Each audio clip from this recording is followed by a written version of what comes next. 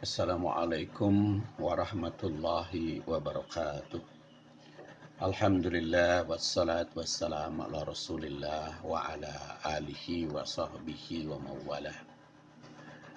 Jamaah rahimakumullah, hari ini kita akan membahas hadis tentang al-lamam atau juga tentang beberapa aspek atau sikap perbuatan yang termasuk mendekati zina.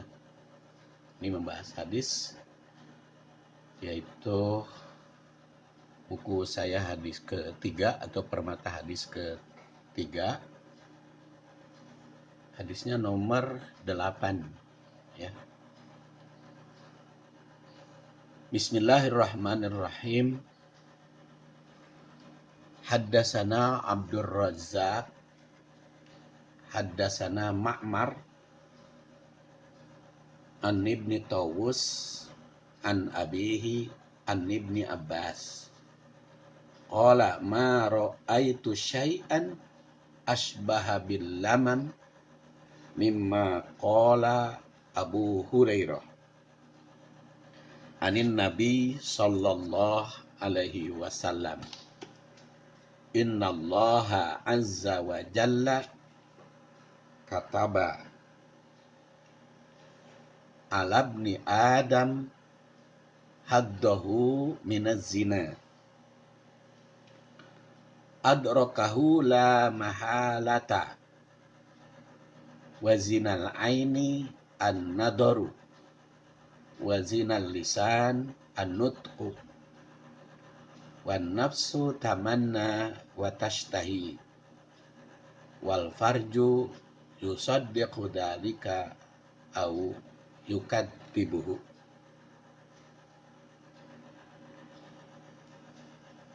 Ini hadis diriwayatkan oleh Imam Ahmad yang kami kutip ada buku hadis nomor 8 yang cetakan terakhir itu halaman 142. Haddasana Abdur Razzaq. Ini ucapan Imam Ahmad tentu saja. Kata beliau, Abdur Razzaq telah menyampaikan hadis kepada kami. Haddasana Ma'mar an Ibni Taus. Ma'mar telah menyampaikan hadis kepada kami dari Ibnu Taus an abihi, dari bapaknya, jadi dari Taus ya. An Ibni Abbas, dari Abdullah bin Abbas. Qala, kata Ibnu Abbas, ma ra'aitu syai'an, aku tidak melihat sesuatu, asbaha bil lamam, yang menyerupai pada pengertian lamam, mimma qala Abu Hurairah, dari apa yang disebutkan oleh Abu Hurairah. Anin Nabi sallallahu alaihi wasallam, dari Nabi sallallahu alaihi wasallam. Innallaha, sungguhnya Allah azza wa jal, dan yang maha gagah perkasa, kataba, telah menulis ala ibni Adam, kepada atau atas ibnu Adam, haddahu minaz zina, bagian kecil dari zina, adrakahu ma la mahalalah, yang dia mendapatkan, menemukan yang sulit untuk menghindari. Wazinal ain, zina mata, an-nadar, melihat dengan seksama atau memperhatikan, atau kata orang Sunda neuteuk. Wazinal lisan, sedangkan zina lisan, an-nutqu, berbicara atau ngobrol. Wan nafsu tamanna, dan jiwa itu membayangkan, wa tashtahi, dan mengangan-angankan. Wal farju, sedangkan farji, yusoddiku, yang membenarkan. dalika perbuatan zina itu, au yukadzibuhu atau mendustakan. Jadi yang zina itu baru betulan apabila dibuktikan dengan farji. Jadi kalau farji melakukannya itu yusaddiqu, membenarkan zina. Tapi kalau tidak melakukan yukadzibuhu, itu mendustakan.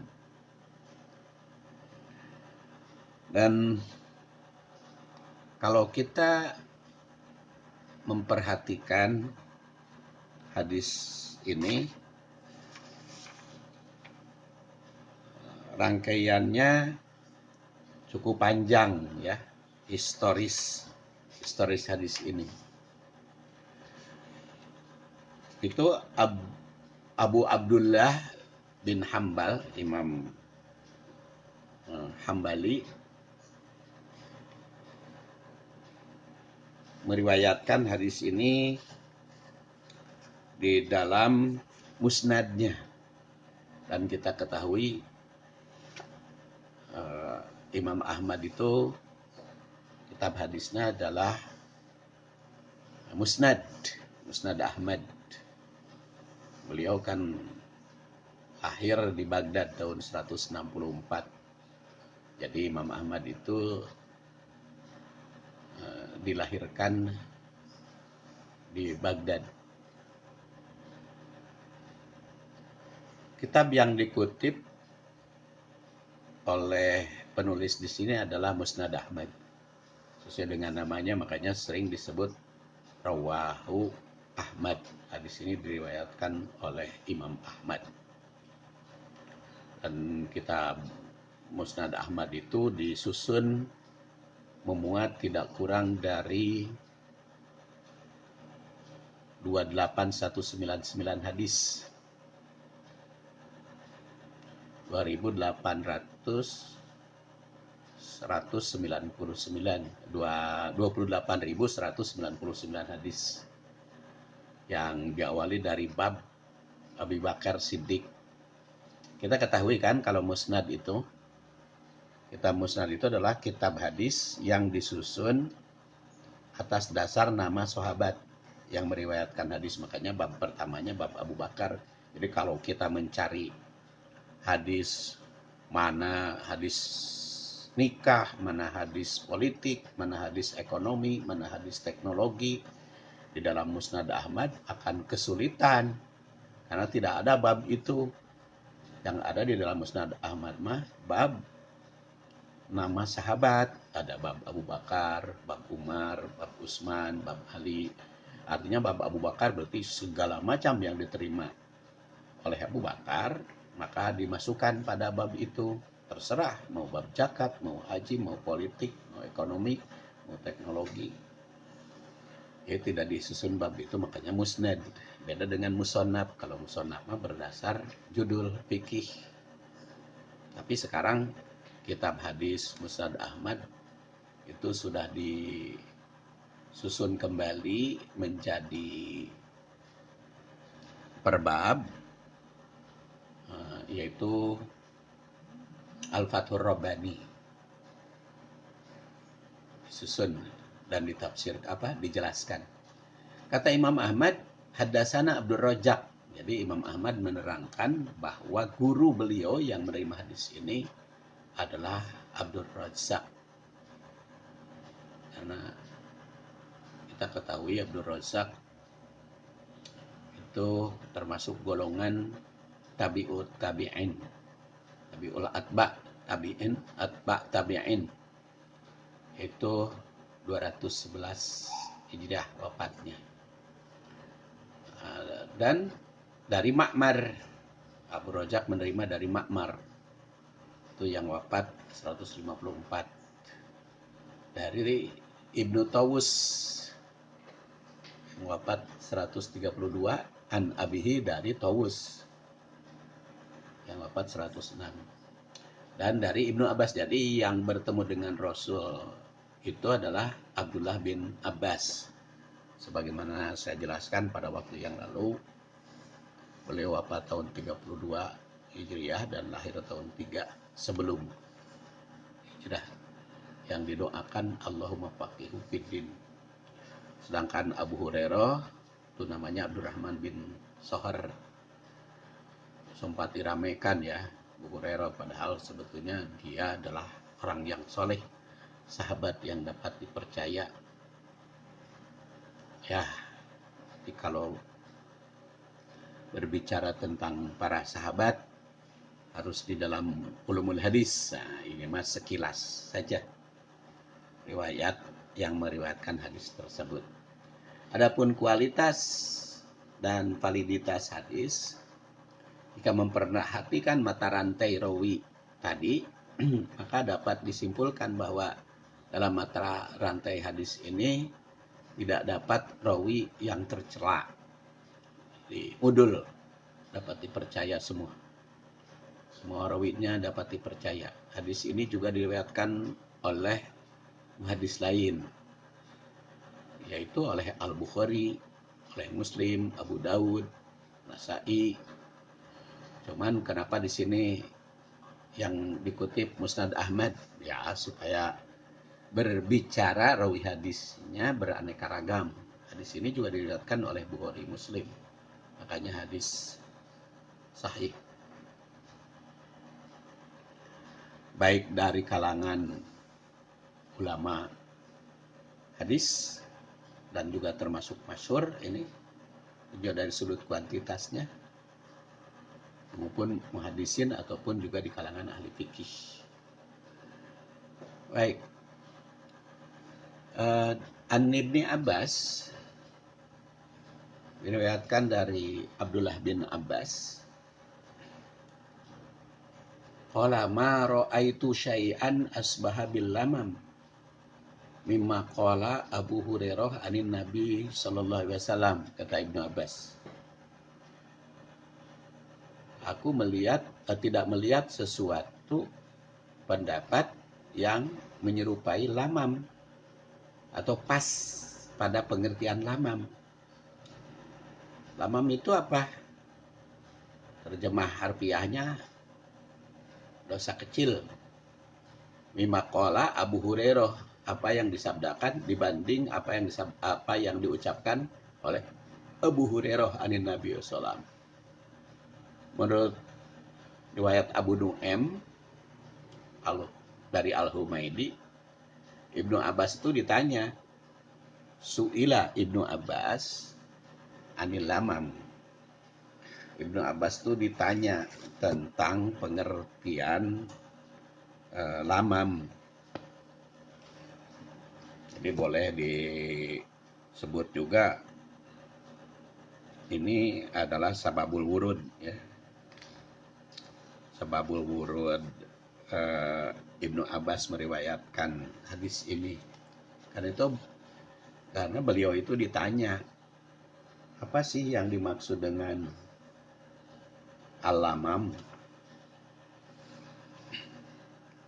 Maka beliau berkata, saya tidak mendapatkan jawaban selain apa yang disebutkan oleh Abu Hurairah. Yang dimaksud dengan lamam di sini adalah yang tercantum di dalam Al-Quran. Jadi menyampaikan pendapatnya tentang pengertian lamam sekaligus itu mengutip yang diterima dari Abu Hurairah. Beliau menendaskan bahwa yang dimaksud dengan kata lamam adalah berupa dosa yang sulit dihindari tapi dampaknya tidak terlalu besar. Maka dikaitkan dengan kebiasaan sulit dihindari, yaitu dalam memandang, berpikir, berucap atau berangan-angan. Menurut Abdurrahman Al-Banna, yaitu yang nyusun Musnad Ahmad seperti tadi saya katakan, kitabnya Al-Fathur Rabbani, hadis ini mengisyaratkan bahwa Ibnu Abbas menafsirkan Quran yang terdapat kata al-lamam, yaitu surat An-Najm ayat 32. Surat An-Najm itu surat ke-53 ya. Bunyinya alladzina yajtanibuna kabairal ismi wal fawahish illal lamam inna rabbaka wasi'ul maghfirah wa a'lamu bikum id ansha'akum minal ardi wa id antum ajinnatun fi butuni ummahatikum fala tuzakku anfusakum wa a'lamu bimanit taqo. Ini ayat yang dibahas atau yang dikaji oleh Ibnu Abbas sehingga menyampaikan hadis tentang aneka atau macam-macam bentuk yang mendekati zina, bukan bab zina, tapi mendekati, ya, atau majazi, ya. Makanya kan bunyinya tadi kalau yang menjadikan orang berzina itu farji. Jadi kalau selain farji bukan zina, tapi itu zina yang bukan hakiki. Makanya lamam itu difahami perbuatan dosa kecil. Baik, kita baca terjemahnya. Ayat itu alladzina yajtanibuna kabairal ismi wal fawahish illa lamam. Itu orang-orang yang menjauhi dosa-dosa besar dan perbuatan keji yang selain dari kesalahan-kesalahan kecil. Sesungguhnya Tuhanmu maha luas ampunannya, dan Dia telah mengetahui tentang keadaanmu ketika Dia menjadikan kamu dari tanah dan ketika kamu masih janin dalam perut ibumu. Maka janganlah kamu mengatakan dirimu suci. Dialah yang paling mengetahui tentang orang yang bertakwa. Surat An-Najm ayat 32. Ya, Allah Subhanahu wa taala memberikan gambaran dengan ayat ini bahwa mukmin itu selalu menjauhi perbuatan dosa dan kejahatan. Bahwa mereka itu bakal mendapat ampunan. Jadi selalu menjauhi perbuatan dosa. Kecuali lamam yang tidak bisa dihindari. Dikecualikan. Kalau kita berusaha menjauhi perbuatan-perbuatan dosa yang besar, maka insya Allah Allah memberikan ampunan. Mereka bakal mendapat ampunan dari dosa yang kecil yang sulit dihindari itu. Jadi pada ayat itu juga ditandaskan bahwa manusia jangan sampai merasa diri itu bersih. Pada ayat itu ditandaskan bahwa manusia itu jangan sampai merasa dirinya bersih dari dosa. Gak pernah itu manusia yang bersih dari dosa. Karena Allah Subhanahu wa taala mengetahui betul baik yang lahir maupun yang batin. Bahkan sejak manusia dilahirkan, semuanya diketahui oleh Allah. Manusia tidak pernah terlepas dari dosa dan kesalahan.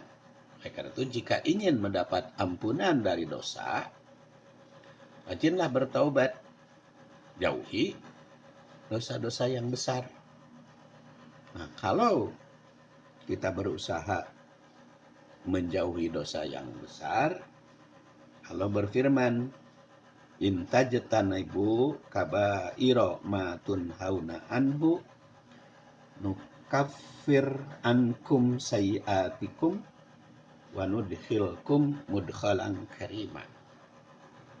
Jika kamu menjauhi dosa-dosa besar di antara dosa-dosa yang dilarang, kamu mengerjakannya, maka niscaya kami hapus kesalahan-kesalahanmu yang kecil-kecil. Dan kami masukkan kamu ke tempat yang mulia, yaitu surga. Itu bisa kita lihat pada surat An-Nisa. ayat 1, ayat 31. Itu jaminan dari Allah. Jadi kalau kita berusaha menjauhi dosa besar, maka dosa-dosa kecil akan mendapat ampunan dengan ibadah kita. Banyakkan ibadah yang mendatangkan ampunan dari dosa-dosa kecil. Namanya sholat sampai sholat, dari sholat sampai sholat, menghapus dosa kecil. Jumat ke Jumat, Ramadan ke Ramadan, terus umroh ke umroh.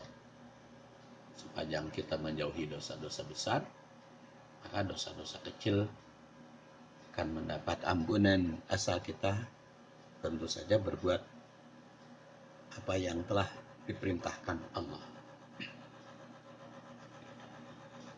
Ya, kemudian kalimat berikutnya tafsiran syarah hadis. Innallaha azza wa jalla kataba 'ala ibni Adam haddahu minaz zina. Adrakahu la mahalalah. Di sini ada innallaha azza wa jalla kataba 'ala ibni Adam. Mengisyaratkan bahwa Allah telah menulis atau memaktubkan, mencatat, yaitu alabni Adam atau tabiat pada manusia, pada anak, sering disebut oleh hadis Ibnu Adam, karena manusia itu anak Adam ya, yang tidak pernah bersih dari dosa. Ini bukan berarti mempersilahkan untuk melakukan perbuatan dosa itu, bukan. Tapi Rasul itu bicara secara objektif, bukan boleh meninggalkan dosa kecil, bukan. Rasul itu berbicara secara objektif bahwa manusia itu tercatat ada saja perbuatan dosa yang kecilnya, yang sulit mereka hindari. Makanya di sini haddahu kataba ala ibni Adam haddahu minaz zina. Jadi haddah itu bisa bermakna aspek atau bagian dari minaz zina, dari zina. Nah, sebagai awal pendorong untuk melakukan itu untuk melakukan, sehingga menimbulkan pikiran terhadap perbuatan zina untuk melakukannya itu. Ada juga yang mengartikan sebagai zina majazi, bukan zina sebenarnya. Dan di situ dikatakan adrakahu la mahalah,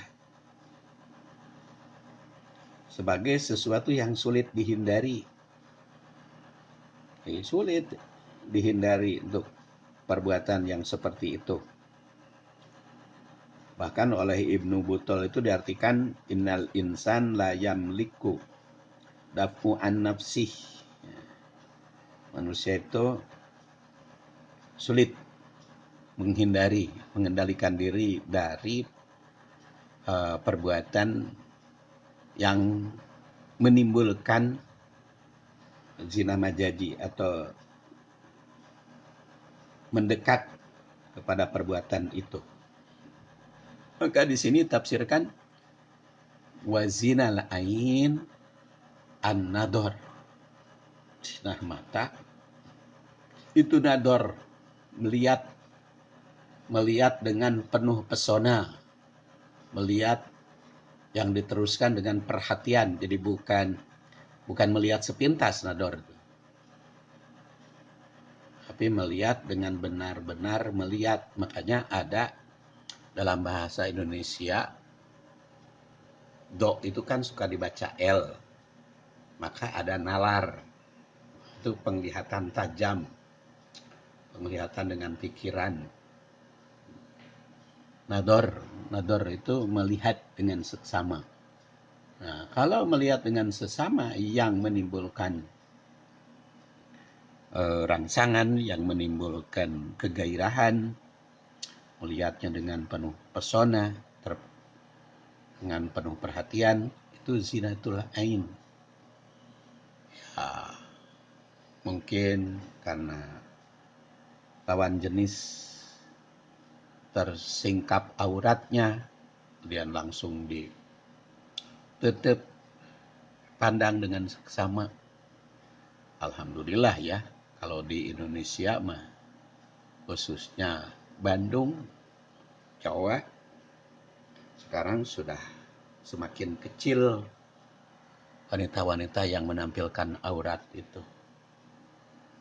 Kan jarang kita melihat wanita-wanita yang tampil auratnya, yang pakai bikini atau pakai walaupun di pantai atau di kolam renang di Indonesia itu sudah mulai banyak yang tertutup. Jadi kalau muslimah di Indonesia itu mayoritas tertutup. Ini menurut saya keberhasilan dakwah keluarga muslim. Kenapa saya katakan keberhasilan dakwah para keluarga, para ustadz, para ulama? Karena kan di Indonesia tidak ada aturan itu harus berjilbab. Pemerintah kan nggak ngatur, beda dengan Saudi. Kalau Saudi makan pemerintah ngatur harus nutup aurat kaum wanita itu. Kalau di Indonesia makan tidak ada aturan pemerintahan yang berkaitan harus nutup aurat semacam itu. Tetapi kan di Indonesia alhamdulillah. Dulu mah waktu saya kecil yang pakai jilbab tuh ketika saya masih di SD itu tahun 70-an ya. Ya, tahun 76 itu sudah masuk inisi, berarti sebelum 76, 75, 71, 72 itu masih SMA. Sedikit sekali itu yang berjilbab itu, kalau di Cianjur tuh yang jilbab bagus tuh dari siswa Persis ya. Persatuan Islam, ada seragamnya. Kalau sekolah NU atau sekolah Muhammadiyah pada saat itu belum. Tapi kan kalau sekarang mah bukan hanya sekolah Persis, sekolah NU Muhammadiyah, tapi sekolah negeri juga sudah mayoritas berjilbab. Iya, alhamdulillah kalau menurut saya itu keberhasilan. Jadi tidak hanya negatifnya di negara kita, juga positifnya. Banyak keberhasilan dakwah para kiai, para ustadz, para mubaligh kelihatan sekali. Walaupun tidak diatur oleh pemerintah, sudah nampak. Bahkan sekarang jilbab itu sudah menjadi pakaian bukan hanya rakyat kecil. Kan mulai jadi dari istri wakil presiden, cuman istri presidennya encan deh. Dulu juga dari dulu istri presiden mah belum pernah berjilbab ya. Istri Soekarno juga nggak berjilbab, istri Pak Soeharto nggak berjilbab, terus ganti Pak Harto, Pak Habibie ya jadi presiden, nggak istrinya. Ganti Pak Habibie Pak SBY, istrinya belum berjilbab. Ganti Pak SBY Jokowi juga istrinya belum, tapi wakil-wakilnya sudah. Wakil Presiden SBY itu Pak JK kan istrinya sudah berjilbab. Terus wakil Presiden Jokowi juga sekarang Ma'ruf Amin istrinya sudah berjilbab. Jadi banyak pejabat-pejabat sudah pakai berjilbab. Itu Kapolri itu istrinya kan sudah berjilbab. Menteri-menteri juga kan yang muslim rata. Jadi alhamdulillah itu sudah menjauhkan kita kaum pria dari jinatul ain. Jinatul ain, asalkan memang tinggal dikendalikan hatinya. Kalau matanya sudah dikendalikan, sudah ditutup jilbab. Jadi zinal ain an-nadru. Kenapa saya katakan nadru itu melihat dengan tatapan, ya, tatapan kalau bahasa Indonesia. Kalau bahasa Sunda tetepan, bahasa Indonesia tatapan, menatap dengan seksama. Ini kaitan dengan Rasul memberikan nasihat kepada Ali bin Abi Thalib. Ya Ali, la tudbi an-nadratan nadrata fa inna lakal ula walaisat lakal akhirah. Wahai Ali, jangan engkau ikuti penglihatan dengan penglihatan berikutnya. Kalau sudah melihat, jangan diikuti penglihatan berikutnya. Kalau sudah melihat, jangan diikuti dengan hati. Bukan berarti harus perem. Apalagi kalau Ustadz ceramah di depan ibu-ibu. Ibu kan, masa harus perem? Atau dosen. Saya ngajar di Fakultas Tarbiyah, mayoritas mahasiswi. Fakultas Tarbiyah itu PAI kan, mahasiswanya mayoritas putri, mayoritas perempuan. Alhamdulillah sudah berjilbab semua. Tapi apakah saya sebagai dosen, penglihatan saya harus kepada mahasiswa laki-laki saja, tidak boleh perempuan? Nanti yang mahasiswinya iri karena tidak dilihat. Karena mata saya hanya kepada mahasiswa yang laki-laki, mahasiswa perempuannya nggak pernah dilihat. Jadi yang dimaksud dengan melihat di sini adalah nadratus saniyah, penglihatan berikutnya. Makanya di sini katakan fa innalakal ula. Kalau penglihatan pertama itu bukan hanya secara lahiriah, ya penglihatan demi kepentingan. Penglihatan yang benar-benar butuh gitu. Butuh dilihat, yang tidak mungkin dihindari. Itu al-ula, itu laka, milikmu. Walaisat lakal akhirah, bukan milikmu untuk penglihatan yang lainnya. Jadi, kalau diikuti dengan perasaan atau dengan pikiran, maka itu laisat lakal akhirah. Ya, di suratan Abu Daud, ya. Tegas, pandangan pertama yang sepintas bukan suatu yang dosa, tapi yang diteruskan pada penglihatan yang mengandung perhatian, itulah yang disalahkan. Mereka itu setiap melihat lawan jenis yang bukan haknya, hendaklah menahan pandangan. Sebagaimana diperintahkan di dalam Al-Quran, surat An-Nur ayat 30 dan 31. Surat An-Nur ayat 30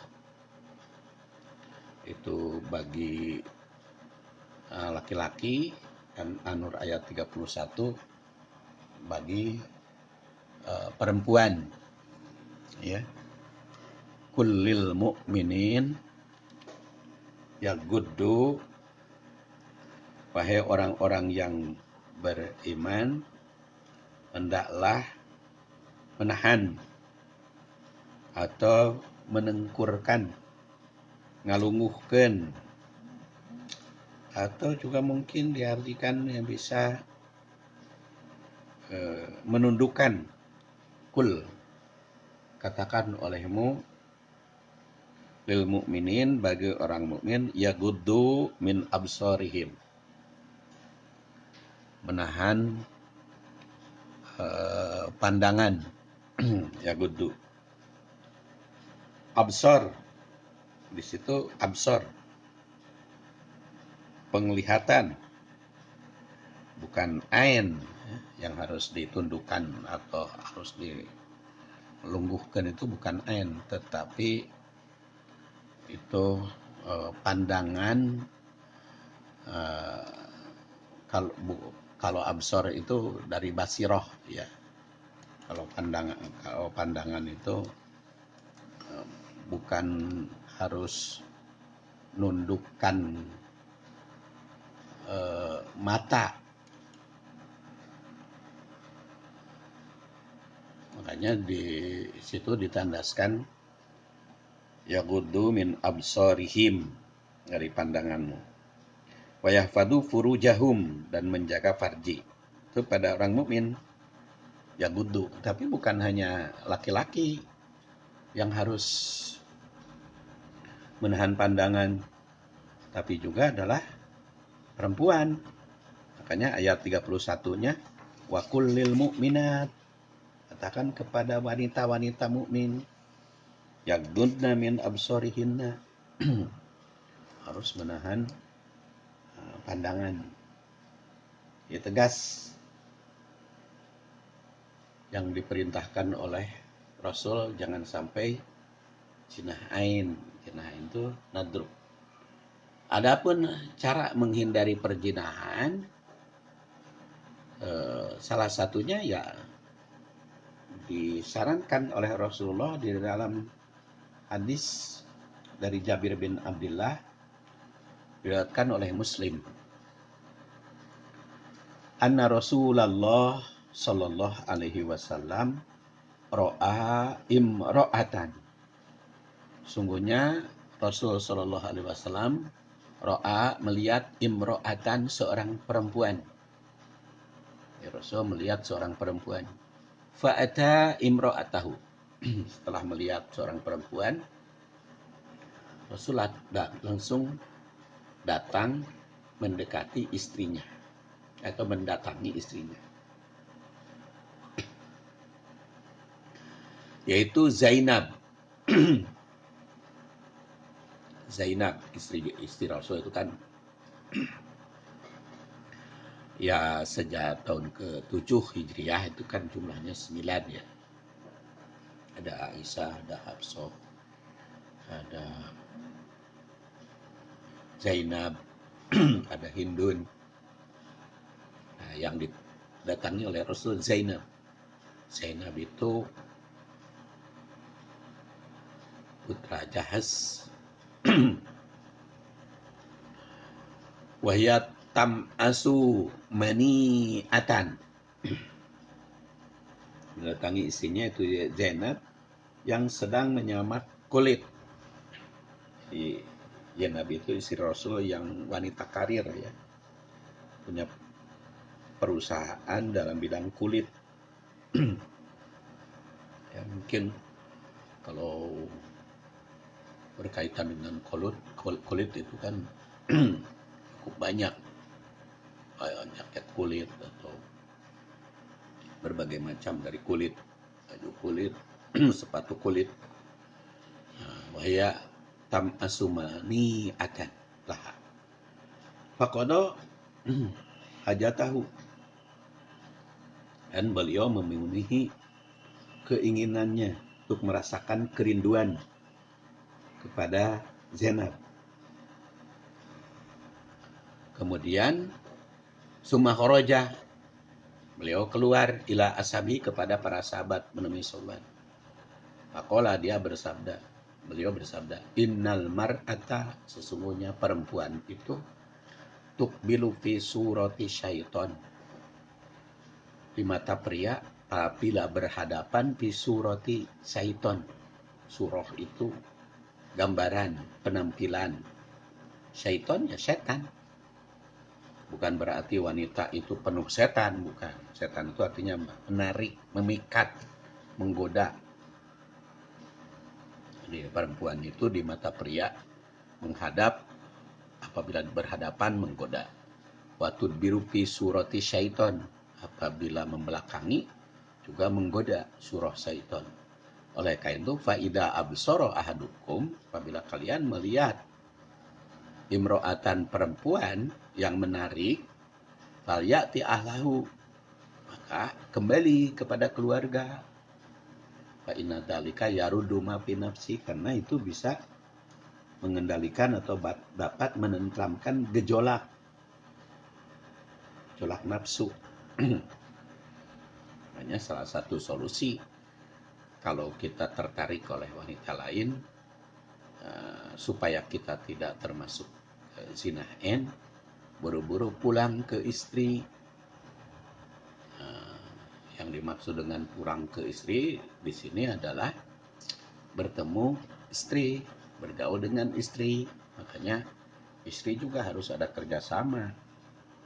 Kalau suami buru-buru pulang ingin melepaskan kerinduan, harus ngerti mungkin si suami itu ada ketertarikan, maka segera pada istri. Dan itu akan mengendalikan diri, tidak akan melamun, tidak akan membayang-bayangkan. Itu salah satu solusi. Nah, bagaimana bagi yang belum menikah? Ya, mengendalikan terus. Jadi, makanya harus bertahan, menahan diri. Bagi yang sudah menikah bisa kembalikan perasaannya, ya, perasaannya.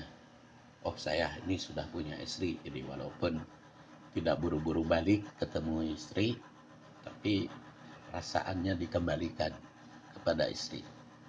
Karena itu yarudu mafi nafsih, akan menenteramkan, mengendalikan. Kemudian wajinal lisan, jinah lidah, lisan. Aspek jinah yang kedua adalah jinah lisan. Maka di sini katakan an-nutqu. Nutqu itu untaian kata atau obrolan yang menjurus pada porno, menyalurkan nafsu birahi dengan untaian kata. Untaian kata itu mungkin kalau sekarang bisa untaian kata ngobrol di telepon, di WhatsApp, atau telekonferensi, ada Zoom sekarang mah, ada apa lagi, Jitsi, ya, ada Skype, ada Messenger, ada macam-macam. Nah, melalui obrolan, kalau menjurus-jurus, makanya kaum wanita juga kalau ngobrol, ada yang nelepon, jangan membikin lawan jenis tertarik. Hanya ditandaskan di dalam ayat ini, la ya nisa'an nabi lastunna ka ahadim minan nisa ini takoitunna. Wahai istri Nabi, kamu itu tidak sama dengan wanita biasa apabila kalian takwa. Fala tahdona bil qaul. Nah, itu jangan tahdona bil qaul. Ucapan itu menimbulkan gairah yang ngajak ngobrol. Fayat ma'alladhi fi qalbih. Maka orang yang punya penyakit hati, yang matanya keranjingan, yang hatinya sering membayangkan, marod, ada penyakit, sampai tertarik oleh ucapan dasar gati. Wa qulna qawlan ma'rufa, maka berkatalah dengan yang ma'ruf. Jadi kan mula-mula dari kata-kata yang menarik, menjurus, sehingga akhirnya menjadi perjinahan majaji, perjinahan untaian kata. Wan nafsu tamanni wa tastahi. Dan nafsu itu bisa tamanna wa tastahi. Nafsu keinginan atau berangan-angan, tegasnya berpandangan dan bercakap-cakap dengan lawan jenis, yang termasuk mendekati zina adalah yang disertai pikiran dan bayangan tadi. Itu tastahi, karena dengan hati, serta hayalan atau lamunan. Jadi bisa dengan lamunan, bisa dengan bayangan, bisa juga dengan eh, ilustrasi atau apalah namanya ya, yang menimbulkan kegairahan. Wal farju, sedangkan farji atau kelamin, yusod diku dari, bisa membenarkan kelamin itu. Jadi wal farju yusod diku dari, jadinya perjinahan betulan apabila dilanjutkan dengan hubungan kelamin. Jadi itu bisa diakibatkan ngobrol, diakibatkan saling pandangan, menimbulkan ketertarikan, maka bisa dibetulkan oleh kelamin. Bila kelamin memenuhi, maka jadi bukan jinah majazi lagi, tapi itu jin hakiki. Kalau jinah mata dan kata itu termasuk dosa kecil, tapi kalau jinah kelamin sudah menjadi dosa besar. Makanya harus menjauhi dosa-dosa yang kecil. Au yukan dibuhu, atau mendustakannya. Jadi bisa jadi betulan, bisa jadi bohongan. Kalau disalurkan dengan kelamin jadi betulan. Tapi kalau tidak, maka itu masuk kepada bohongan. Makanya difirmankan oleh Allah, la taqrabuz zina innahu kana fahisyatan wa sa'a sabila. Jangan mendekati zina, dalam surat 17 Al-Isra ayat 32. Ini melarang mendekati. Tegasnya segala ucap, sikap, dan tindakan yang mengundang perjinahan mesti dijauhi. Tindakan lebih pencegahan itu jauh lebih baik, ya. Jika lamunan, obrolan, atau pandangan itu menimbulkan orgasmus kelamin, berarti parji membenarkan. Jika tidak mencapai demikian, maka parji mendustakan.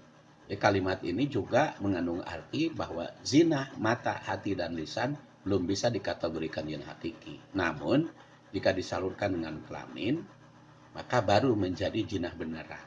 Nah, Imam Nawawi menimbulkan bahwa zina itu ada yang hakiki, ada yang majazi. Zina majazi ialah zina lisan, mata, perasaan. Dengan zina hakiki adalah zina kelamin. Jadi oleh karena itu harus dijauhi. Zina kelamin itu bukannya dosa, tapi juga mendapat hukuman duniawi berupa had atau rajam, ya. Dan itu dibahas di dalam hukum perjinahan bab fikih jinayat. Nah, kalau ini hadis berkaitan dengan zina majazi. Ada beberapa ibroh dari hadis ini, tidak kurang dari 11 poin. Pertama, hadis ini menunjukkan bahwa jinah mata, jinah lisan, jinah hati itu tergolong mendekati. Jadi bukan jinah, tapi termasuk mendekati. Namun di samping 3 macam jinah kecil ini masih ada banyak jenis aktivitas atau mendekati jinah lainnya. Seperti jinah tangan, jinah kaki, jinah bibir, dan jinah-jinah bagian tubuh yang lain selain al-kelamin. Jinah anggota yang lain baru kategorikan jinah beneran bila dimanifestasikan dengan kelamin.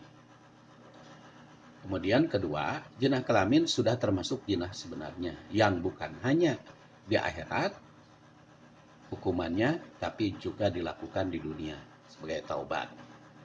Kemudian tiga, memang sebagian penjelasan Ibnu Abbas dalam hadis ini dosa mendekati zina itu tergolong dosa kecil.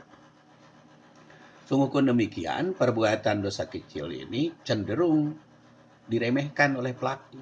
Inilah yang disebut dalam hadis sebagai bagian dari zina yang pasti dilakukan oleh manusia, maka harus dihindari. Keempat, dosa kecil bisa bila diremehkan, yang kecil itu bisa membesar. Ingat bahwa perbuatan zina selalu diawali dengan mendekati terlebih dahulu. Dengan kata lain, dosa besar ini selalu diawali oleh dosa-dosa kecil. Dengan demikian, kalau dosa kecil diremehkan bisa jadi dosa besar. Terus kelima, karena dosa kecil berupa mendekati zina itu sulit dihindari, yang setiap manusia melakukan, maka hendaklah rajin tobat. Karena tidak ada yang suci manusia itu. Mereka itu harus menjaga diri. Bila sudah memandang lawan jenis yang menarik, maka lakukan kepada suami istri. Dan ini memang harus ada kerjasama ya, suami istri. Terus keenam, zina yang sering dialami manusia, terutama zina mata, zina lisan, dan zina hati. Oleh karena itu, harus ditobati. Kemudian 7, pandangan atau obrolan, perasaan yang kurang dikendalikan akan menimbulkan dorongan kepada perbuatan zina hakiki. 8, untuk menghindari perbuatan zina diperlukan usaha pengendalian diri. Cara pengendaliannya ya antara lain tadi tutup aurat, memalingkan perhatian, hadis dan juga anur ya. Perhatian. Wah, makanya di situ dikatakan dalam ayat itu yaguddu min absorihim wa yahfadna furujahum. Dan kepada perempuan juga begitu. Yagudna min absorihinna wa yahfadna furujahunna. Kemudian ke-10, menghindari zina perasaan antara lain dengan cara menyibukkan diri. Kegiatan yang positif. Dan bila telah menikah, hendaknya menyalurkannya dengan suami istri. 11, setiap individu harus berusaha menjauhi sikap, ucap, maupun perbuatan yang mendorong pada perzinahan. Menghindari perzinahan itu perlu dilakukan semua pihak supaya tidak terjerumus. Demikian kajian hadis. Mudah-mudahan ada guna manfaatnya. Subhanakallahumma wa bihamdik asyhadu an la ilaha illa anta astaghfiruka wa atubu ilaik. Assalamualaikum warahmatullahi wabarakatuh.